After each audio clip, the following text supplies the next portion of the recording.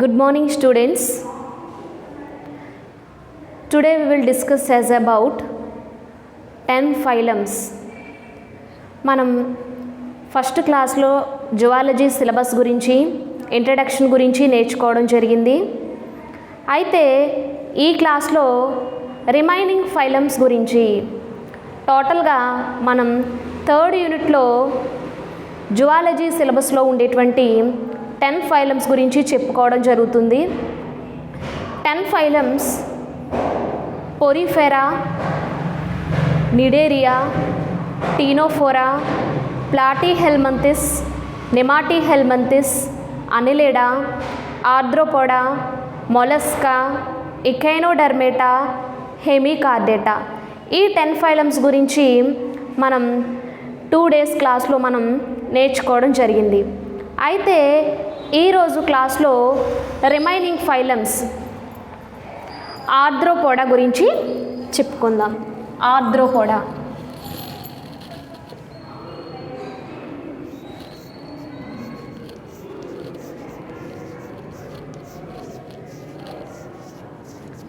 Arthropoda ఆర్థ్రోపోడాలో ఉండేటువంటి ఆర్గానిజంని ఎగ్జాంపుల్గా మనం ఫ్రాన్ని వేసుకుందాము.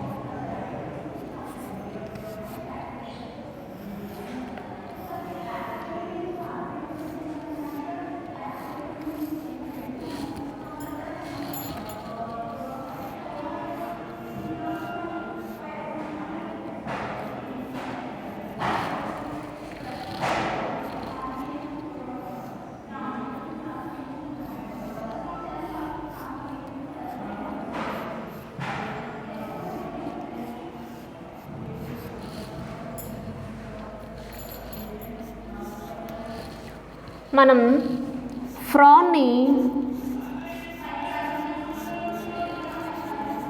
ఎగ్జాంపుల్గా తీసుకుంటే, ఆర్థ్రోపోడాకి ఫ్రాన్ని ఎగ్జాంపుల్గా తీసుకుంటే దీని యొక్క జనరల్ క్యారెక్టర్స్, సాధారణ లక్షణాలు ఎలా ఉన్నాయో అబ్జర్వ్ చేద్దాం. First one, largest phylum. Largest phylum. ఈ ఫైలము అన్నింటిలోకెల్లా లార్జెస్ట్ ఫైలం, మొత్తం వర్గాలన్నింటిలోకెల్లా పెద్దదిగా మనం చెప్పుకోవచ్చు. Second one, body covered by body is covered by chitinous cell. Body అంతా కూడా మనం అబ్జర్వ్ చేస్తే, ఫర్ ఎగ్జాంపుల్ మనం రొయ్యలో ఉండేటువంటి మనం దాని యొక్క బాడీని, షెల్ని అబ్జర్వ్ చేస్తే ఆ షెల్ అనేది కైటినస్ షెల్తో మనకి కనిపిస్తూ ఉంటుంది. Chitinous shell.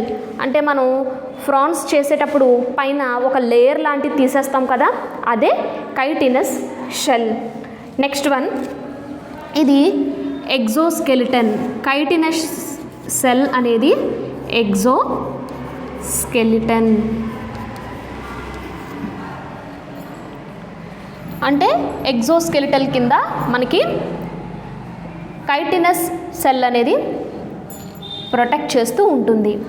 Next one, third one, ఈ వర్గంలో ఉండేటువంటి జీవులన్నింటికి, ఆర్గానిజమ్స్ అన్నింటికి కూడా ఆర్ద్రోస్ పోడియా అంటే కీళ్ళు పాదములు ఉండేటువంటి ఆర్గానిజమ్స్ని ఈ ఫైలంలో పెట్టడం జరిగింది. నెక్స్ట్ వన్, దీని యొక్క రెస్పిరేషన్ని మనం అబ్జర్వ్ చేసినట్లయితే రెస్పిరేటరీ ఆర్గాన్స్ కింద మనకి బుక్ గిల్స్, బుక్ లంగ్స్ అనేవి మనకి హెల్ప్ అవుతూ ఉంటాయి. Book gills and book lungs. పుస్తకాకార మొప్పలు, పుస్తకాకార ఊపిరితిత్తులు అనేవి మనకి హెల్ప్ చేస్తూ ఉంటాయి, రెస్పిరేషన్కి మనకి ఉపయోగపడుతూ ఉంటాయి. బుక్ లంగ్స్ అనేవి మళ్ళీ మనం ఎందులో చూస్తాం? స్కార్పియాన్, తేలులో మనం బుక్ లంగ్స్ అనేవి అబ్జర్వ్ చేయొచ్చు. నెక్స్ట్ వన్, ఫిఫ్త్ వన్, దీని యొక్క బ్లడ్లో ఉండేటువంటి పిగ్మెంట్ ఏమిటి అంటే హీమోసైనిన్ అనేటువంటి పిగ్మెంట్ ఉంటుంది. అయితే హ్యూమన్స్లో కనుక మనం బ్లడ్ని అబ్జర్వ్ చేస్తే హిమోగ్లోబిన్ అనేటువంటి పిగ్మెంట్ ఉండడం ద్వారా ఈ బ్లడ్ అనేది రెడ్గా ఉండడానికి మనం అబ్జర్వ్ చేయొచ్చు. అయితే ఈ ఆర్థ్రోపోడా ఉండేటువంటి జీవుల్లో మనం అబ్జర్వ్ చేస్తే ఈ జీవులలో బ్లడ్ అనేది వైట్గా ఉంటుంది. Why? Because of haemocyanin is present, that's why. అంటే హీమోసైనిన్ అనేటువంటి పిగ్మెంట్ ఉంటుంది కాబట్టి దీని యొక్క బ్లడ్ అనేది వైట్గా మనకి కనిపిస్తూ ఉంటుంది. అంటే మనం కాక్రోచ్ని కనుక, ఎనదర్ ఎగ్జాంపుల్, కాక్రోచ్ని కనుక మనం అబ్జర్వ్ చేసినట్లయితే కాక్రోచ్లో కూడా మనం బ్లడ్ వైట్గా ఉండడం గమనించవచ్చు. Next one,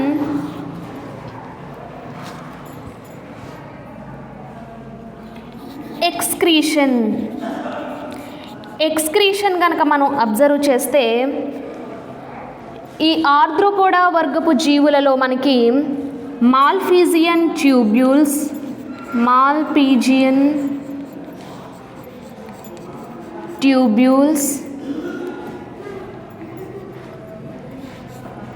green glands, coxal glands అనేవి రెస్పిరేటరీ ఆర్గాన్గా పనిచేస్తూ ఉంటాయి. మనం కాక్రోచ్లో చూస్తాం కదా, బొద్దింకలో మనకి మాల్పీజియన్ ట్యూబ్యూల్స్ అనేవి మనకి ఎక్స్క్రేషన్కి యూజ్ అవుతూ ఉంటుంది. నెక్స్ట్ వన్, ఈ ఆర్థ్రోపోడా ఫైలంని మరలా 3 సబ్ క్లాసెస్ కింద క్లాసిఫై చేయడం జరిగింది. అవే first one Trilobita, second one Chelicerata and third one మాండిబ్యులేటా.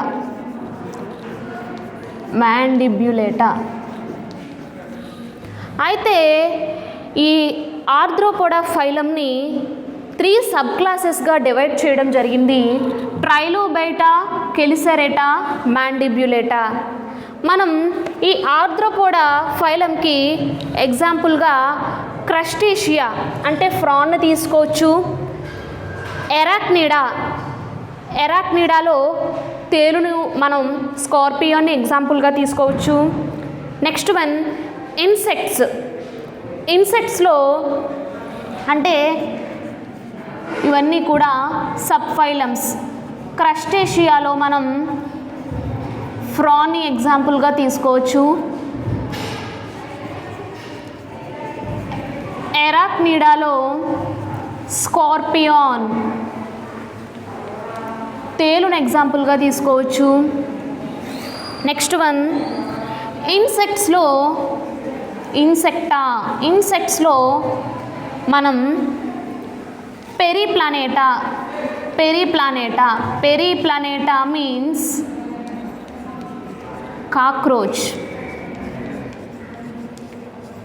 Cockroach వీటిని ఎగ్జాంపుల్గా మనం ఆర్థ్రోపోడా ఫైలంకి ఎగ్జాంపుల్గా మనం అబ్జర్వ్ చేయొచ్చు. So these are the general characters of arthropods అంటే మనం కీళ్ళు పాదములు ఉండేటువంటి ఆర్గానిజమ్స్ని ఆర్థ్రోపోడ్స్లో పెట్టడం జరిగింది. అంటే ఆర్థ్రోస్పోడియా వీటిని ఆర్థ్రోపోడా వర్గంలో పెట్టడం జరిగింది. నెక్స్ట్ వన్ ఇది వర్గాలన్నింటిలోకెల్లా లార్జెస్ట్ ఫైలం, వర్గాలన్నింటిలో కూడా పెద్ద వర్గముగా మనం చెప్పుకోవచ్చు. So these are the general characters of arthropods. Next one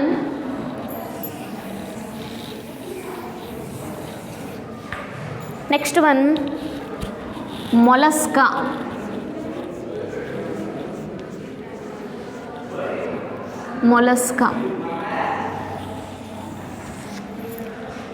మొలస్కాలో మనం ఈ మొలస్కా ఫైలంకి మనం పైలాగ్లోబోజా అంటే స్నేయిల్ నత్తని మనం ఎగ్జాంపుల్గా తీసుకోవచ్చు. పైలాగ్లోబోజా.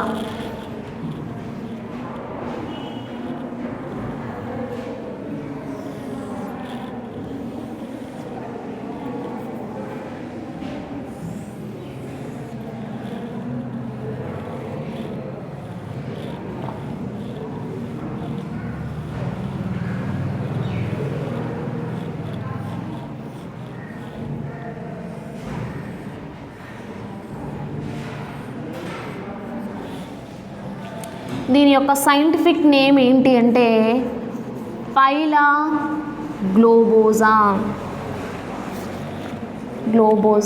అంటే స్నేయిల్.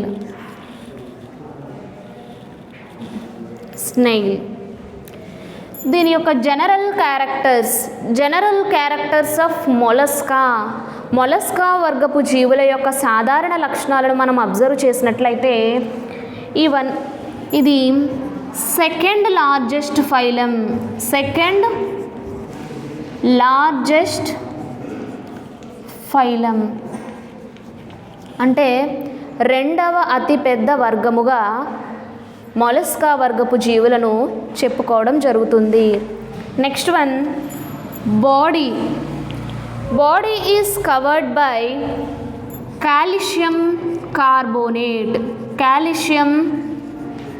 కార్బోనేట్.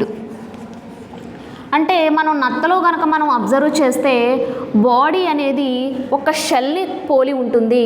షెల్ పైన మనకి ఒక పెంకులాగా కనిపిస్తుంది కదా, ఆ పెంకు ఏ మెటీరియల్తో ఫామ్ అయ్యింది? కాల్షియం కార్బోనేట్ వంటి మెటీరియల్తో ఫామ్ అయ్యింది. థర్డ్ వన్ మనం మొలస్కా వర్గపు జీవులలో మనం దాని యొక్క బాడీని కనుక అబ్జర్వ్ చేస్తే హెడ్, మస్క్యులర్ ఫూట్, విజరాల్ మాస్ని కలిగి ఉంటుంది. Head, muscular foot and visceral mass అంటే తల, కండరయుతమైనటువంటి పాదము. నెక్స్ట్ అంతరంగ సముదాయము మనకి అంటే మనం తల అబ్జర్వ్ చేయొచ్చు, అలాగే ఫూట్ పాదం అబ్జర్వ్ చేయొచ్చు, విజరల్ మాస్ మనం అంతరంగ సముదాయంని కూడా మనం ఈ వర్గపు జీవుల్లో మనం అబ్జర్వ్ చేయొచ్చు. Next one respiratory organ. Respiratory అంటే రెస్పిరేషన్ ఎలా జరుగుతుంది? టినీడియా అనేటువంటి ఆర్గాన్తో రెస్పిరేషన్ అనేది జరుగుతుంది. అంటే different animals have different respiratory organs. అన్ని యానిమల్స్లో కూడా రెస్పిరేటరీ ఆర్గాన్స్ అనేవి ఒకేలా ఉండవు. హ్యూమన్స్లో లంగ్స్ అనేవి రెస్పిరేటరీ ఆర్గాన్స్గా ఉంటాయి. ఎర్త్వాము స్కిన్ ద్వారా రెస్పిరేషన్ జరుపుతుంది. స్కార్పియాన్లో చెప్పాను కదా, బుక్ లంగ్స్ అనేవి రెస్పిరేషన్కి ఉపయోగపడుతూ ఉంటాయి.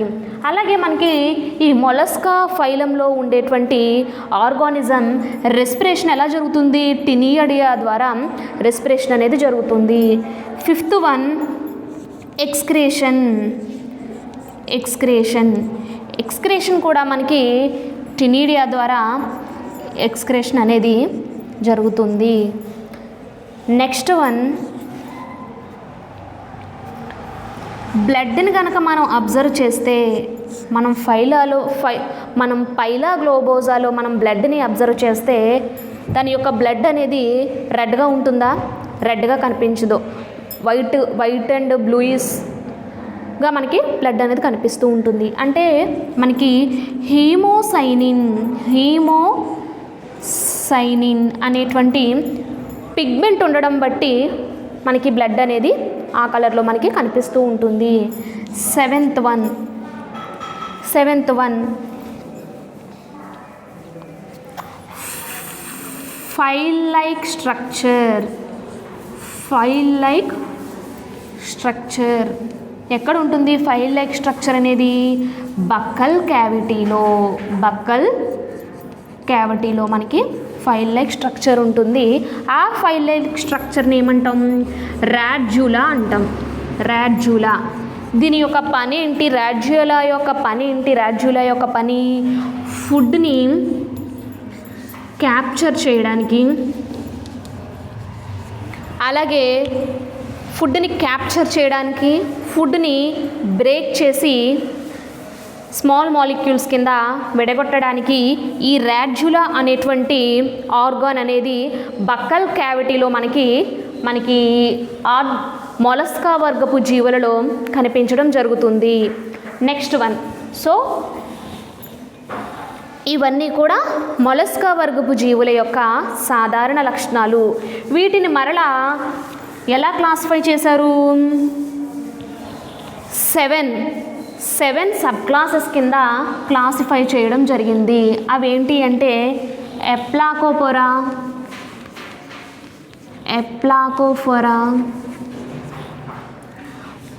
పాలీప్లాకోఫోరా,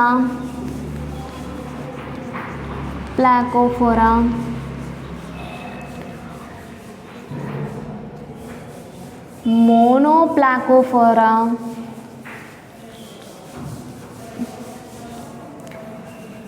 Gastropoda,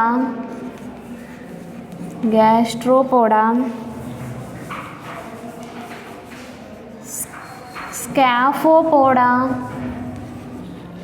sixth one Pelecypoda. Seventh one Cephalopoda. ఈ విధంగా మనం మొలస్కా వర్గపు జీవులను మనకి ఈ విధంగా డివైడ్ చేయడం జరిగింది. Next phylum. What is the next phylum?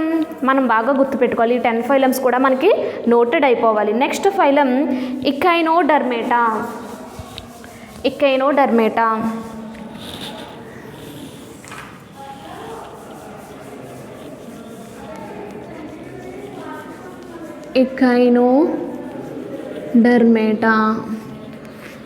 ఇకైనోడర్మేటా మనం అబ్జర్వ్ చేసినట్లయితే ఈ వర్గపు జీవులలో స్టార్ ఫిషెస్ని పెట్టడం జరిగింది, లేదా బ్రిటిల్ స్టార్ని పెట్టడం జరిగింది. Brittle star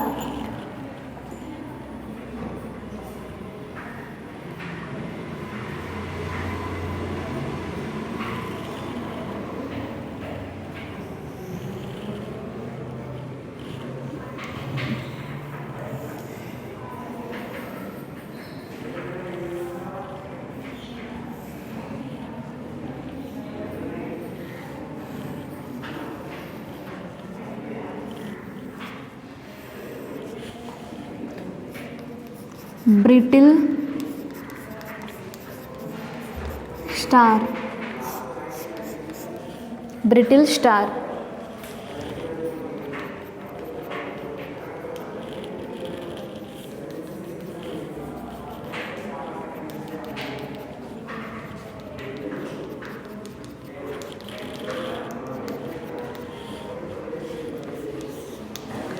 brittle star.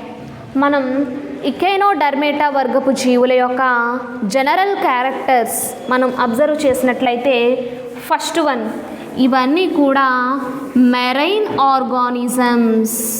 Marine organisms అంటే సముద్ర జలాలలో మనకి ఎక్కువగా కనిపిస్తూ ఉంటాయి.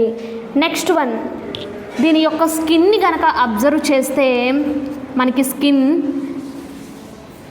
చాలా థిక్గా అండ్ స్పైన్స్ చాలా థిక్గా ఉంటుంది.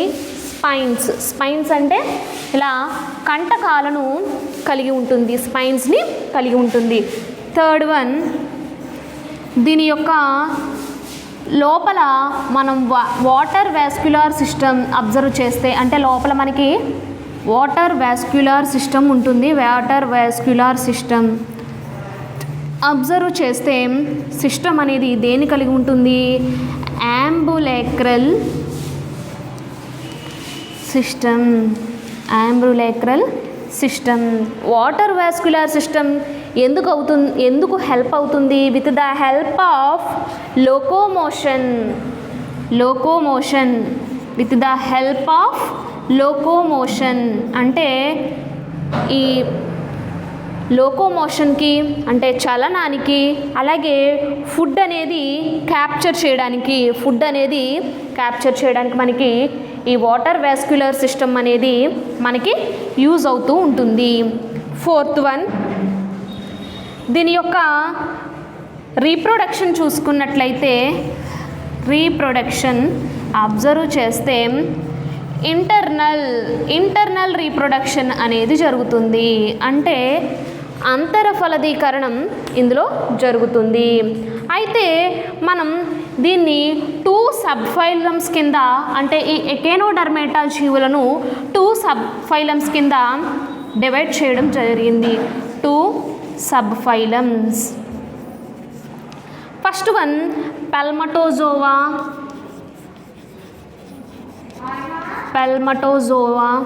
Second one ఎల్యూథిరోజోవా.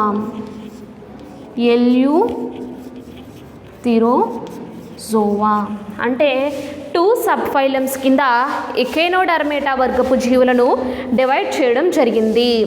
And after that next phylum. What is the next phylum? Last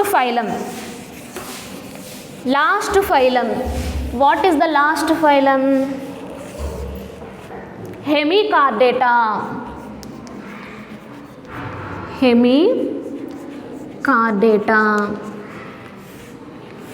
Hemichordata వర్గపు జీవులను మనం అబ్జర్వ్ చేసినట్లయితే ఎగ్జాంపుల్గా బెలనోగ్లాసస్ని మనం తీసుకోవచ్చు. బెలనోగ్లాసస్.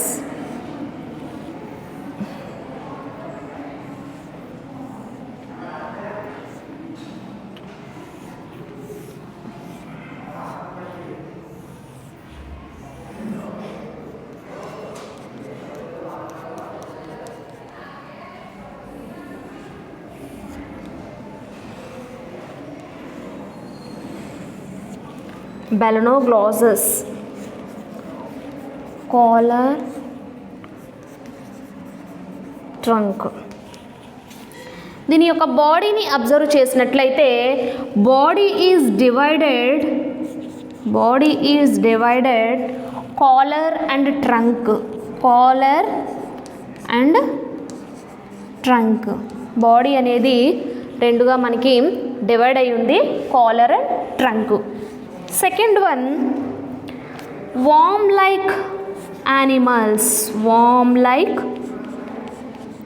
Like marine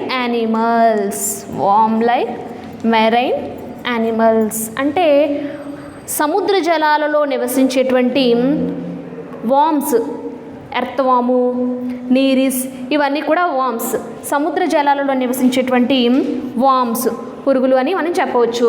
next one, third one, దీన్ని ఎలా క్లాసిఫై చేశారు? ఎంటిరోన్యూస్టా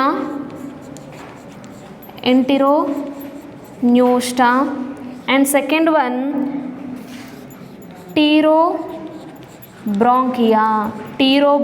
అనేటువంటి సబ్ క్లాసెస్గా దీన్ని డివైడ్ చేయడం జరిగింది. సో టోటల్గా మనకి ఇన్వర్టిబ్రేట్స్, యానిమల్ డైవర్సిటీ ఇన్వర్టిబ్రేట్స్లో టోటల్గా మనకి 10 ఫైలమ్స్ అనేవి ఇంక్లూడ్ అవ్వడం జరిగింది. మనం ఫస్ట్ క్లాస్లో పొరిఫెరా గురించి, నెక్స్ట్ క్లాస్లో లిడేరియా గురించి, టీనోఫోరా గురించి, ప్లాటీహెల్మంతిస్ గురించి, నెమాటీహెల్మంతిస్ గురించి చెప్పుకోవడం జరిగింది. తర్వాత ఆర్థ్రోపోడా, మలస్కా, ఎకేనోడెర్మేటా, హెమికార్డేటా, టోటల్గా మనకి 10 ఫైలమ్స్ గురించి నేర్చుకోవడం జరిగింది. అండ్ ఆఫ్టర్ దట్ నెక్స్ట్ క్లాస్లో కార్డేట్స్ గురించి నేర్చుకుందాము.